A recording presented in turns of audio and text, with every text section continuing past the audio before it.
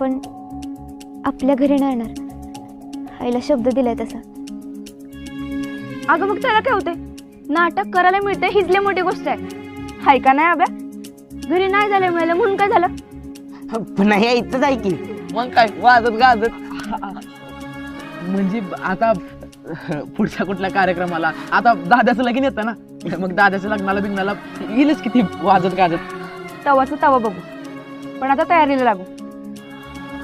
केवढा खरंच उपकार झाला बाया तुझं. अगं उपकार कसले त्यात? उपकार नाही तर काय, आमच्या मला आणि हिची हिला असं स्टेजवर काम करताना बघणार किस्त मन भरून येईल का त्यांचं. बया हे विचार करूनच माझं मन भरून आलंय बघ. पण केवढा तुला आहे ना कसं काय पाठवलं ग?